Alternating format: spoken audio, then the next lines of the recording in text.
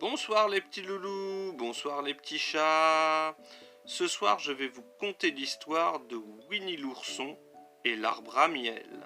C'est parti. Par un beau matin d'été, dans sa petite maison au cœur de la forêt des rêves bleus, Winnie l'ourson fait de la gymnastique. Tous ces exercices m'ont donné faim. Winnie court vers le placard à miel, attrape le dernier pot, mais il est vide. Winnie voit alors une abeille voler près de lui. Les abeilles ne font-elles pas du miel ? Winnie sort en courant et suit l'abeille. L'abeille disparaît dans un trou, tout en haut d'un arbre. Winnie, qui sent déjà le goût du miel, se met à grimper et introduit sa patte dans le trou. C'est alors que toutes les abeilles de l'essaim foncent droit sur lui. Il perd l'équilibre et tombe la tête la première, dans un buisson au pied de l'arbre. « Aïe, ma tête! Je vois des étoiles en plein jour !» s'écrie-t-il.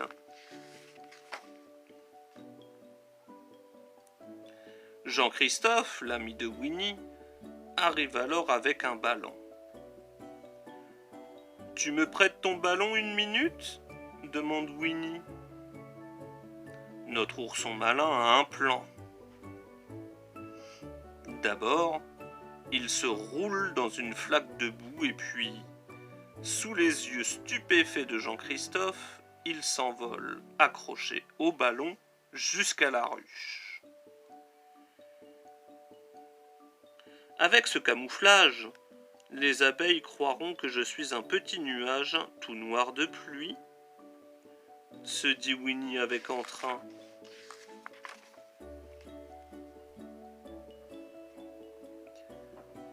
Il réussit à ramasser une pleine poignée de beau miel doré. Mais les abeilles, furieuses, tournent autour de lui en bourdonnant. Soudain, pfiit ! Voilà que le ballon se dégonfle. « Oh mince !» s'écrie Winnie, consterné, tandis que le ballon fait de folles cabrioles dans le ciel avant de partir comme une fusée en emportant l'ourson.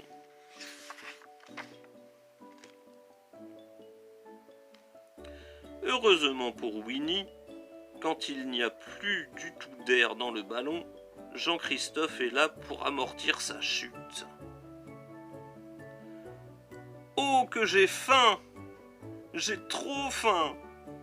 Peut-être que mon ami Coco Lapin a du miel ?» Winnie se rend chez Coco Lapin et lui demande s'il peut rester déjeuner.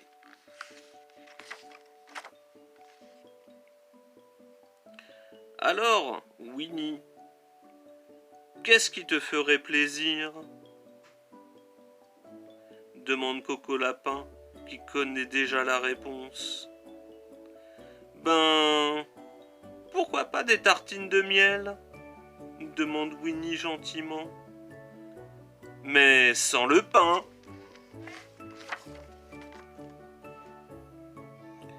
En un clin d'œil, Winnie a englouti tout le miel à la ronde. Ça ira ? Demande Coco Lapin en regardant l'ourson glouton d'un œil noir. Bon, je vais peut-être rentrer, dit Winnie en frottant son gros ventre tendu comme un tambour. Merci pour la dînette, Coco Lapin. Mais quand il va pour sortir du terrier, Winnie reste coincé par le milieu. La tête dehors, les pieds dedans.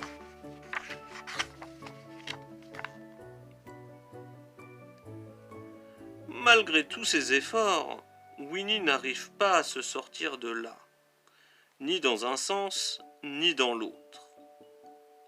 Coco Lapin passe par la porte de derrière pour aller tirer Winnie par les bras.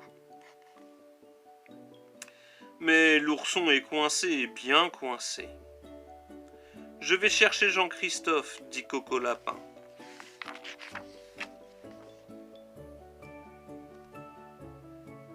Alors, Winnie, vilain patapouf, ta gourmandise t'a encore joué des tours ? Demande Jean-Christophe en riant. Oh, dit Winnie d'une petite voix, je n'ai pas mangé tant que ça. Jean-Christophe prend la patte de Winnie et se met à tirer avec l'aide de Coco Lapin. Mais Winnie ne bouge pas d'un millimètre. Bon, eh bien, la seule solution, c'est d'attendre que tu maigrisses, conclut Jean-Christophe.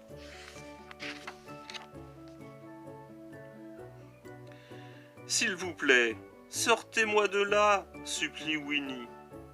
J'ai trop faim. C'est ce qu'il faut, dit Jean-Christophe. Plus tu as faim, plus tu maigris. Et en attendant que ce régime fasse son effet, ses amis essaient de le distraire. Maman Gourou et Petit Gourou lui apportent un foulard pour protéger sa tête du soleil. Mais Bourriquet, lui, n'est pas très réconfortant. « Mon pauvre Winnie, soupire-t-il, ça va prendre des mois avant que tu dégonfles assez pour sortir de là. »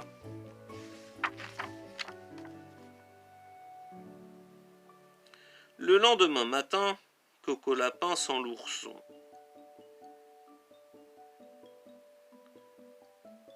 Bouger un peu dans le trou. Winnie semble avoir perdu du poids pendant la nuit. Coco Lapin se précipite alors par la porte de derrière pour aller chercher ses amis. Il tire et il pousse. Tant et si bien que, soudain, Winnie fuse comme un bouchon.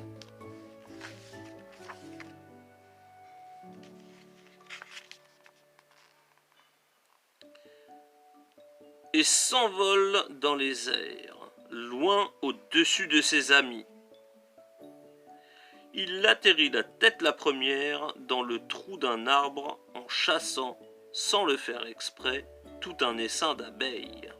« Ne t'inquiète pas, Winnie, nous allons te tirer de là tout de suite !» crie Jean-Christophe au pied de l'arbre.